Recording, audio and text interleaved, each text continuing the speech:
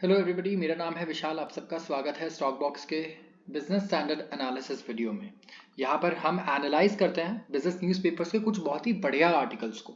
जो सबसे important articles हमें लगते हैं, हम उनका इम्पैक्ट, उनके कॉज इफेक्ट, इन सारी चीज़ों को इवैल्यूएट करते हैं और बिल्कुल प्रैक्टिकल और सिंपल लैंग्वेज में हम डिकोड करते हैं इसे। तो आज हम कुछ आर्टिकल्स डिस्कस करने वाले हैं, जैसे कि मार्केट ट्रेंड जो है ये बिल्कुल सेम है 1987 में जब बहुत बड़ा मार्केट क्रैश आया था उसकी तरह। ये कहा है क्रिस वुड ने। इस आर्टिकल को हम अभी एनालाइज करेंगे और इसके अलावा और कुछ आर्टिकल्स है, जैसे कि शॉर्ट टर्म में अभी रिकवरी आई है। कहा जा रहा है कि क्रूड ऑयल की वजह से आ रही है, क्योंकि क्रूड ऑयल सस्ता हो रहा है। इसके अलावा Indian IT firms set for wash out year, JP Morgan का ये रिपोर्ट है, तो देखते हैं कि क्या कहना है इनका। और सऊदी और इराक, ये दोनों कंट्रीज इंडिया को हाई क्रूड डिस्काउंट्स दे रही हैं और अपनी तरफ करने की कोशिश कर रही है, तो इसका क्या रीजन हो सकता है। और आखिरकार गेमिंग जो है ये कॉर्नर कर रहा है second largest slice of media pie. तो मीडिया जो इंडस्ट्री है उसमें गेमिंग नंबर 2 पे है ग्लोबली। तो लेट्स सी, ये सारे आर्टिकल्स हम आज डिस्कस करने वाले हैं। शुरुआत करते हैं सबसे पहले आर्टिकल से। अब इनका कहना है कि जो मार्केट ट्रेंड इस वक्त चल रहा है, स्टॉक मार्केट की यहाँ बात हो रही है, ठीक है। तो जो स्टॉक मार्केट का ट्रेंड है वो इस तरीके से है कि 1987 में भी आप देखेंगे एक सिमिलर सिचुएशन आई थी। सिमिलर सिचुएशन क्या, मैं थोड़ा सा इंट्रो आपको दे देता हूँ, ठीक है। यहाँ पे क्रिस वुड जी का ये कहना है, तो उनके बारे में हम आगे जानेंगे। ये ग्लोबल हेड है इक्विटी स्ट्रैटेजी के एट जेफरीज। जेफरीज काफ़ी फेमस फर्म है, अगर आप स्टॉक मार्केट या फाइनेंस से रिलेटेड है तो आपको पता होगा Jefferies is a popular firm, ठीक है। रिनाउंड है ग्लोबली। एंड ये बिलीव करते हैं जो रीसेंट डेवलपमेंट्स हुई हैं यूएस ट्रेजरी में, इसकी वजह से सेल ऑफ हुआ है ग्लोबल इक्विटी मार्केट्स में। आप देखेंगे इंडिया में भी जो एफ है, मैं एफ बहुत बार आपको बता चुका हूँ, और एफ क्या होते हैं ये आप बताएंगे मुझे कमेंट सेक्शन में। मैं आपको अब नहीं बताने वाला, क्योंकि हम हर दूसरे दिन ये डिस्कस करते हैं। तो यहाँ पे सेलिंग आई है और ये बिल्कुल अक्टूबर 1987 की तरह। अक्टूबर 1987 का जो स्टॉक मार्केट क्रैश था, क्या था इसमें ये देखते हैं आगे। अक्टूबर 1987 में डाउ जोन्स इंडस्ट्रियल एवरेज जो है, जिसे हम DJIA कहते हैं, इंडिया में निफ्टी है, सेंसेक्स है, बिल्कुल सेम वैसे ही वहां पे भी ये इंडेक्स है। ये 22.6% गिरा था, ठीक है, जिसे हम ब्लैक मंडे कहते हैं। और वर्ल्ड वाइड जो है लॉसेस एस्टिमेट हुए थे 1.71 ट्रिलियन डॉलर्स, और वो भी उस टाइम के हिसाब से। अगर आज के हिसाब से आप कन्वर्ट करें तो आप इसका एस्टिमेट निकाल सकते हैं कि इन्फ्लेशन के बाद एडजस्ट करके कितना बड़ा लॉस होगा ये। और जो पोटेंशियल सिमिलैरिटी है ये बहुत ज्यादा मैच कर रही है अक्टूबर 1987 से। वुड ने ये लिखा है ग्रीड एंड फियर में, इनकी लेटेस्ट वीकली नोट है टू इन्वेस्टर्स। उनका कहना है कि जो हिस्टोरिक स्टॉक मार्केट क्रैश था, ठीक है, यहाँ पे एक बड़ा सेल ऑफ आया था, ठीक है। कहाँ पर? 10 ईयर ट्रेजरी में over summer months. 10 year treasury क्या हो गया? 10 ईयर ट्रेजरी जो है ये होते हैं बॉन्ड्स। और बॉन्ड्स आप समझ लीजिए किसकी तरह होते हैं, फिक्स रिटर्न वाले होते हैं, रिस्क फ्री रिटर्न, ठीक है। रिस्क फ्री रिटर्न एफडी की तरह। जैसे एफडी में आप पैसे लगाते हैं, आपका रिस्क नहीं होता, या गवर्नमेंट एफडी में तो देखो फिर भी रिस्क है, राइट, बैंक अगर डूब गया तो। लेकिन अगर आप इंडियन गवर्नमेंट के बॉन्ड्स होते हैं वो खरीद लें, ठीक है, तो वहां पर हमारी गवर्नमेंट डिफॉल्ट नहीं करने वाली, हमें पता है। वहां पर सेल ऑफ देखा गया था। उनका ये कहना है कि जो 10 ईयर ट्रेजरी बॉन्ड थे, इनका ईल्ड, ईल्ड मतलब रिटर्न, ये बढ़ गया था 203 बेसिस पॉइंट से। इस वक्त भी अच्छा खासा बढ़ा हुआ है। किस रीजन से? इंटरेस्ट रेट बढ़ने की रीजन से ईल्ड बहुत बढ़ा हुआ है, राइट। अब बॉन्ड खरीदेंगे तो इंटरेस्ट रेट इतना ज्यादा चल रहा है, इंटरेस्ट रेट ज्यादा मिलेगा। उस टाइम पे भी 8.2% से 10.23% हो गया था अक्टूबर 15 1987 तक। मोर रिसेंटली अगर आप देखें तो जो 10 ईयर यूएस ट्रेजरी यील्ड है ये 16 ईयर हाई पे चल रहा है 4.8%, जो कि ऑफकोर्स अभी 10 तो नहीं चल रहा है, या 8, ठीक है। यहाँ पर आप देखें कि थोड़ा सा कूल ऑफ भी हुआ है, 4.71 के करीब आया है 4.8 से। तो आप कह सकते हैं कि इंटरेस्ट रेट्स अभी उतने ज्यादा नहीं है जितने 1987 में थे। लेकिन दूसरा एक साइलेंट पॉइंट ये है कि जब S&P 500 कोलैप्स हुआ 28.5% 4 दिन में सिर्फ, और 20.5% सिर्फ एक दिन में, October 1987 alone, treasury bond market ने स्टेज किया classic flight to safety rally इस कॉन्टेक्स्ट में, ठीक है। और फिर ड्रामेटिक डिक्लाइन आया 10 ईयर ट्रेजरी बॉन्ड यील्ड में। तो ये इसमें बात किसकी हो रही है? 10 ईयर ट्रेजरी बॉन्ड यील्ड की, उससे यहाँ पे रिलेट किया जा रहा है, ठीक है। कि उस टाइम पे क्या सिचुएशन थी, ये मैच हो रही है, ये कंप्लीटली कह सकते हैं कॉपी कैट नहीं है ऑफ कोर्स, लेकिन उससे काफी मैच हो रही है और ये सिचुएशन आ सकता है, ऐसा नहीं है कि नहीं आ सकता, इनका ये कहना है। तो एक्सपर्ट सजेस्ट कर रहे हैं कि यूरोपियन बॉन्ड जो हैं वो भी यूएस की बॉन्ड की तरह है, वहां भी इंटरेस्ट बहुत ज्यादा मिल रहा है अगर आप सरकार का बॉन्ड खरीद लें। तो इशू क्या होता है, जब आपको बॉन्ड में इतना पैसा मिलता है ना, रिस्क फ्री पैसा मिल रहा है, 8% जैसे उस टाइम पे मिल रहा था, 10%, तो स्टॉक मार्केट में क्या पैसा लगाने का उनके लिए सेंस बनता है। आप यूएस स्टॉक मार्केट के रिटर्न्स को देखिए और यूरोप को, वहां पे लोग इसीलिए इतना लगाते हैं पैसा स्टॉक मार्केट में क्योंकि उनके लिए फिक्स्ड रिटर्न होता ही नहीं है, 1% मिलता है उन्हें, इन्फ्लेशन उससे ज़्यादा बढ़ जाता है। तो इसी वजह से वहाँ स्टॉक मार्केट का क्रेज ज़्यादा है। लेकिन अगर वहाँ रिस्क फ्री रिटर्न ही आपको 6-7%, 8% मिले लग जाए तो लोग स्टॉक मार्केट में पैसा लगाना ही बंद कर देंगे। तो यहाँ पे आप देख सकते हैं दूसरी कंट्रीज का भी एग्जाम्पल दिया है, जापान का जो 10 ईयर यील्ड है ये भी डेकेड हाई पे चल रहा है, ठीक है। तो इस तरीके से सिचुएशंस क्रिएट हो रही हैं जहाँ पर आप कह सकते हैं मिरर कर रही है सिचुएशन। यूएस में बॉन्ड यील्ड्स बढ़ गए हैं, यूरोप में बढ़ गए हैं, जापान में भी देखा जा रहा है कि बढ़ रहा है। तो ऐसा पोटेंशियल है कि इस टाइप की सिचुएशन हो कि मार्केट जैसे तब 28% क्रैश हुई थी इस बार भी हो।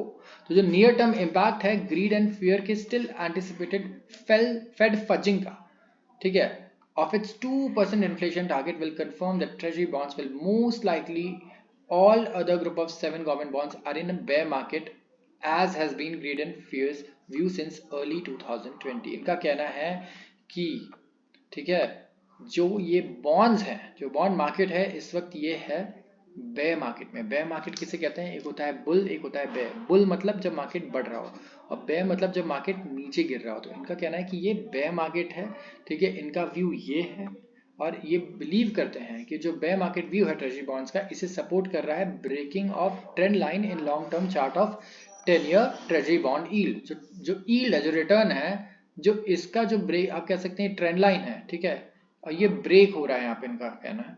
और इस यही जो है इसकी वजह से इनको कॉन्फिडेंस है कि हम 1980 की सिचुएशन में दोबारा आ सकते हैं। तो ये नहीं कह रहे कि आप पैनिक करिए, ये कह रहे हैं कि खुला दिमाग रखिए, ठीक है, कीप एन ओपन माइंड, देखते रहिए कहाँ वीकनेस आ रही है, ठीक है। जब ट्रेजरी बॉन्ड प्राइसेस नीचे आएंगे, ठीक है, तभी कुछ पता लगेगा इसके बारे में क्लियरली। तो आप इस वक्त आपको हड़बड़ाने की जरूरत नहीं है, बल्कि थोड़ा ओपन माइंड रखने की जरूरत है।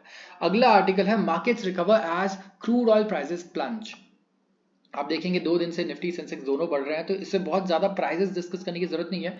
ये जो शॉर्ट टर्म मार्केट में आप कह सकते हैं रैली आई है, इसका रीजन क्या बताया जा रहा है। एक तो बताया जा रहा है 1 मंथ लो पे आ गया है, आई मीन जो इंडियन स्टॉक मार्केट था 1 मंथ लो पे था, तो वहां से रिबाउंड किया, राइट, हम बढ़े। रीजन क्या बताया जा रहा है, क्रूड। क्रूड क्यों रीजन है, क्योंकि क्रूड पहुंच गया था $100 पर बैरल के करीब। अब यहाँ पे आप देखेंगे कि सबसे पहले तो ये एक बहुत ही बुरी न्यूज़ है डेवलपिंग कंट्रीज के लिए, जैसे कि इंडिया है। तो यहाँ से क्या हुआ, $100 से अचानक से यहाँ पे 8% की गिरावट देखी गई क्रूड ऑयल में।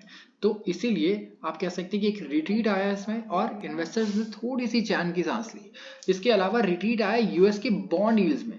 तो जो वहाँ के रिस्क फ्री रिटर्न की बात हो रही है, जब risk free return, risk free पैसा बिल्कुल जो विदाउट रिस्क मिल रहा है, वो अगर नीचे आएगा तो स्टॉक मार्केट तो बढ़ेगा, है ना, क्योंकि यहाँ इंटरेस्ट कम होगा। बिना रिस्क लिए अगर पैसा आपको कम मिल रहा है बहुत ज्यादा, तब आप रिस्क लेंगे, स्टॉक मार्केट में पैसा लगाएंगे। अगर बिना रिस्क के बहुत अच्छा रिटर्न मिल रहा है तो स्टॉक मार्केट में आप पैसा नहीं लगाएंगे। तो अब क्योंकि ये कम हुआ तो स्टॉक मार्केट में भी पैसा आया। तो यहाँ पर आप देखेंगे इस तरीके से दोनों इंडेक्सेस ने, सेंसेक्स ने और निफ्टी ने रिकवरी दिखाई। तो जो डिक्लाइन आया है ऑयल प्राइसेस में, ये आया है ग्लोबल इकोनॉमिक स्लो डाउन की वजह से। क्योंकि आप देखेंगे अगर ग्रोथ रेट का जो डेटा है, जीडीपी का डेटा है, यहाँ पे बहुत कुछ खास ऐसा देखने को नहीं मिल रहा कहीं भी कि हाँ कोई कंट्री अभी आउट परफॉर्म करने वाली है। और इसकी वजह से जो कंजम्पशन है क्रूड ऑयल, अगर इकोनॉमी ग्रो ही नहीं करेगी तो क्रूड ऑयल का कंजम्पशन क्या बढ़ेगा, मशीन्स कम चलेंगी, प्रोडक्शन कम होगा, गाड़ियां कम बिकेगी, गाड़ियां कम चलेंगी, तो क्रूड ऑयल कौन क्यों खरीदेगा, कोई खाली स्टोर करने के लिए तो नहीं खरीदेगा, क्योंकि स्टोर करने में भी बहुत पैसे लगते हैं। तो ये रीजन है कि क्रूड ऑयल यहाँ से ड्रॉप होने शुरू हो गए और मार्केट में थोड़ी कह सकते हैं लोगों ने चैन की सांस ली। इसके अलावा अगला आर्टिकल है Indian IT firms set for wash out year JP Morgan. JP Morgan काफ़ी बड़ा नाम है ये, ठीक है, दुनिया के सबसे बड़े बैंक्स में से एक है। एंड इसके जो एनालिस्ट हैं एक्सपेक्ट कर रहे हैं कि वो पास करें to pass upcoming second quarter results and commentary from Indian IT firms for signs of recovery in deal signings in fiscal 2025 following a wash out year. अब बिल्कुल भी कंफ्यूज होने की जरूरत नहीं है, इसे हम अच्छे से डिकोड करेंगे, ठीक है। ये पैराग्राफ सुन के ही काफ़ी लोग ये आर्टिकल को पढ़ने के बाद डिच कर देते हैं, but it's a good article, ठीक है। जेपी मॉर्गन बेसिकली कह रहा है कि सबसे पहले आप जो इंडियन आईटी कंपनीज है ना, इनका रिजल्ट देख लें कि कमाई हुई है, मार्जिन बढ़ा है, क्या कुछ नई डील्स मिली है इन्हें कंपनी से। उसके बाद, ठीक है, उसके बाद कंफर्म करें कि हाँ ठीक है, लगता है यहाँ रिकवरी है, ठीक है। क्योंकि अगर आप पिछले साल देखें हमारे आईटी की परफॉर्मेंस, एक बार निफ्टी आईटी की आप चार्ट खोल के देख सकते हैं, किसी भी बिग आईटी कंपनी का चार्ट निकालिए अभी स्टॉक प्राइस का, और देखिए कि कितना बुरा परफॉर्म कर रहे हैं ये लोग रिलेटिवली निफ्टी के। तो रीज़न क्या था? रिजल्ट्स, बिल्कुल भी अच्छे रिजल्ट्स नहीं आ रहे थे और एक्सपेक्टेशंस भी खराब ही हो गई। तो ये कह रहे हैं कि हम अभी भी नेगेटिव हैं ऑन द सेक्टर, क्योंकि कोई मीनिंगफुल अपटिक नहीं दिखा है डिमांड में। आईटी फर्म्स के लिए अभी भी कोई मीनिंगफुल डिमांड इन्हें नहीं दिख रहा है, और इन्हें लगता है कि जो ओवरऑल सेटअप है ये इतना पॉजिटिव नहीं है जितना लास्ट क्वार्टर था। इनका तो ये कहना है कि लास्ट क्वार्टर अभी से ज़्यादा पॉजिटिव था, तो ये इनका व्यू काफ़ी नेगेटिव है अभी भी आईटी फर्म्स पे। तो ये कह रहे हैं कि अगर आप सोच रहे हैं कि अभी पैसा लगा देते हैं, बहुत अच्छा टाइम है, तो जेपी मॉर्गन के एनालिस्ट का कहना है कि थोड़ा सा सोचिए, थोड़ा सा वेट करिए, और आप रिजल्ट्स को एक बार देख लीजिए, फिर पैसे लगाइए। क्योंकि मार्केट जो डिमांड है वो ऐसा नहीं है कि बहुत ज़्यादा बढ़ गई है या बहुत ज़्यादा कुछ स्पेंडिंग हो रही है, ठीक है। उनका ये कहना है कि ये जो कंपनीज हैं जैसे इन्फोसिस, टीसीएस, विप्रो, एचसीएल टेक, इन्होंने प्रीवियसली पहले ही वार्न कर दिया था क्लाइंट्स को कि जो मेजॉरिटी जो है जो यूएस बेस्ड है वो अपना आईटी पे खर्चा ही कम कर दे रहे हैं, ठीक है, या फिर कॉन्ट्रैक्ट भी कैंसिल कर रहे हैं। लेकिन देखिए, एक मैं कॉन्ट्रा व्यू देता हूँ जो मेरा पर्सनल व्यू है। मुझे लगता है जो एआई है, लोग बाकी जगह पैसे खर्च करें तो वो एआई पे जरूर स्पेंड कर रहे हैं। तो एआई पे जो इन्वेस्टमेंट होने वाला है, इससे हमारी आईटी फर्म्स को तो फायदा होगा। तो जेपी मॉर्गन का अगर ये कहना है कि ठीक है, ये तो शॉर्ट टर्म वाली बात हुई, अगर आप लॉन्ग टर्म इन्वेस्ट कर रहे हैं तो मुझे लगता है कि ये एक बहुत इंपॉर्टेंट पॉइंट है कि एआई वगैरह में इन्वेस्टमेंट आएगी तो हमारी कंपनीज को पैसा यहाँ जरूर मिलना चाहिए, ठीक है। तो इनका ये कहना है कि इन्वेस्टर्स अज्यूम किया कि 2014 जो ईयर था, फिस्कल ईयर, ये एक वॉश आउट था, ठीक है। और अब इन्होंने फोकस शिफ्ट कर लिया 2025 पे, hoping hoping for a rebound, की रीबाउंड आएगा यहाँ पे, ठीक है। लेकिन अगर आप देखें तो इनका ये कहना है कि जो आईटी इंडेक्स है वो ऑलरेडी आउट परफॉर्म कर रहा है ब्लू चिप निफ्टी को, ठीक है, अगर पास 3 महीने में देखें, और जबकि कुछ बढ़िया रिजल्ट्स भी नहीं आए। सिर्फ क्या है यहाँ पे, सिर्फ एक्सपेक्टेशंस है, सिर्फ एक्सपेक्टेशन के इनका कहना है कि बलबूते ये जो है मार्केट चल रहा है और आईटी अच्छा परफॉर्म कर रहा है। तो एक खाली एक्सपेक्टेशन के बलबूते पे ना रहें और आप देखें रिजल्ट्स को। तो बेसिकली इसमें यही कहना है इनका। अगला आर्टिकल है सऊदी और इराक, ये दोनों इंडिया को मना रहे हैं, खुश करने की कोशिश कर रहे हैं और हाई क्रूड डिस्काउंट ऑफर कर रहे हैं। अब क्यों कर रहे हैं हम ये जानते हैं आगे। इंडिया ने सिक्योर किए हैं West Asian crude oil seller से कमिटमेंट्स, ठीक है, जैसे कि सऊदी अरेबिया, इराक, और कंटिन्यू करने को कहा है हायर लेवल्स ऑफ डिस्काउंट जो इन्होंने हमें जून में देना शुरू किया था। ये मल्टीपल सोर्सेज का कहना है। तो क्रूड ऑयल प्राइसेस जो है ये 100 के आसपास ही हैं, है कि नहीं। और शिपमेंट्स जो है सऊदी अरेबिया से और इराक से ये और स्ट्रेंथन हो गया जुलाई से। अगर आप देखें क्यों, पहले हम रशिया से ले रहे थे 40% के करीब या शायद इससे ज़्यादा, मुझे एग्जैक्ट नंबर नहीं याद है। लेकिन अगर आप जून से देखें तो हमने सऊदी और इराक इन दोनों से भी क्रूड ऑयल परचेज करना शुरू कर दिया, बढ़ाना शुरू कर दिया। क्यों? क्योंकि इन्होंने हमें ऑफर किया डिस्काउंट। तो पूरी दुनिया को अगर ये $100 पे दे रहे हैं जो प्राइस है, करंट प्राइस, तो इंडिया से इन्होंने कॉन्ट्रैक्ट किया कि ठीक है हम कम पे आपको देंगे। तो इन्होंने रिड्यूस किया एशियन प्रीमियम को, ठीक है, और डिस्काउंट ऑफर किया इंडिया को। तो यहाँ पे देखिए एज ऑफ सितंबर जो शेयर है रशियन क्रूड का ये हो गया है 38%। अच्छा, हमें डेटा यहाँ मिल गया है और 42% ये चला गया था, तो हम ऑलमोस्ट सही थे। 42% हम लोग रशिया से इंपोर्ट कर रहे थे एक वक्त पे, ठीक है, और अभी 38% आया। और इसका रीज़न क्या है, सऊदी अरेबिया ने बोला कि देखो हम $100 कर दें चाहे प्राइस को $150 कर दें, जब कोई खरीदने वाला ही नहीं होगा इस दाम पे, तो क्या फ़ायदा है सामान को इतना महंगा रखकर। तो इन्होंने क्या किया, क्रूड ऑयल का प्राइस तो इंटरनेशनल मार्केट में $100 है, लेकिन वो बेच नहीं रहे हैं $100 में, वो कह रहे हैं हम आपको सस्ते में ही देंगे। तो जो डिस्काउंट है इराक से और जो रिमूवल है Asian premium by Saudi Arabia are expected to stay for near term, एक ऑफिशियल ने कहा। तो हमें नियर टर्म तक ये सस्ते में मिल रहा होगा। तो अगर आप देखें पिछले साल बगदाद ने रशिया को भी अंडरकट कर दिया था जून से। हमें वो क्रूड ऑयल जो है वो average cost on an average $9 पर बैरल सस्ता दे रहा था रशियन ऑयल से भी, और जबकि रशियन ऑयल ऑलरेडी बहुत सस्ता था अगर आप कंपेयर करें तो ये एक बहुत ही अच्छी न्यूज़ है। और पता है आपको ये कब मिलता है? जब आप एक मास कंज्यूमर है। इंडिया दुनिया के सबसे बड़े क्रूड ऑयल इंपोर्टर में से एक है, एक ग्रोइंग इकोनॉमी है। तो इन्हें पता है कि लॉन्ग टर्म रिलेशनशिप हमारे से रखने में बहुत फायदा है, क्योंकि हम आगे और ज़्यादा क्रूड ऑयल कंज्यूम करेंगे और ज़्यादा हम ग्रो करेंगे। तो अभी शॉर्ट टर्म के लिए वो हमें डिस्काउंट ऑफर कर रहे हैं, हमारे साथ रिलेशंस अच्छे कर रहे हैं जब प्राइस बहुत ज़्यादा है। जब प्राइस नीचे आ जाएंगे 60-70 आ जाएंगे तो हम उनसे फुल प्राइस देकर भी बाय करेंगे इसे, राइट। तो ये एक आप कह सकते हैं एक लॉन्ग टर्म व्यू है जो कंट्रीज सोचकर चलती हैं यहाँ पर। तो आपको मालूम होगा रशिया पर वैसे भी एक सैंक्शन लग गया था कि ये जो है ना इनसे कोई $60 पर बैरल से ज़्यादा इन्हें पैसे देगा ही नहीं, ताकि इनको पैसा कम मिले क्रूड ऑयल बेचकर और ये डिफेंस पे खर्च ना कर पाए। लेकिन इसका उल्टा हुआ, क्योंकि इन पे $60 का कैप था तो इंडिया और चाइना ने इनसे ही क्रूड ऑयल खरीदना शुरू कर दिया, क्योंकि इंटरनेशनल मार्केट में प्राइस 80 है, रशिया पे तो कैप लगा हुआ है 60 का ही दे सकता है। तो रशिया ने कहा ठीक है हम 60 में देंगे। तो रशिया का जो आप कह सकते हैं रेवेन्यू है वो और ज़्यादा बढ़ गया, क्योंकि पहले मान लीजिए वो 10 बैरल बेच रहा था तो अब वो 25-30 बेच रहा था। और वो भी दुनिया के दो सबसे बड़े कंज्यूमर्स को, जो है चाइना और इंडिया, ठीक है, जो टॉप 3 में आते हैं ये दोनों। तो इसीलिए ये देख सकते हैं कि ये ट्रेंड जो है इससे नुकसान किसका हो रहा था? सऊदी अरेबिया का, क्योंकि वो 60 पे नहीं, उस पर तो कोई कैप है नहीं, वो 80 का बेच रहा है। तो इंडिया और चाइना दोनों ऑफकोर्स रशिया से लेंगे, तो प्राइस बढ़ने से सऊदी अरेबिया का कोई फायदा नहीं हो रहा था। तो अब उन्होंने हमें इसलिए डिस्काउंट ऑफर किया है। तो लेट्स सी इसका आगे हमें क्या इफेक्ट देखने को मिलता है।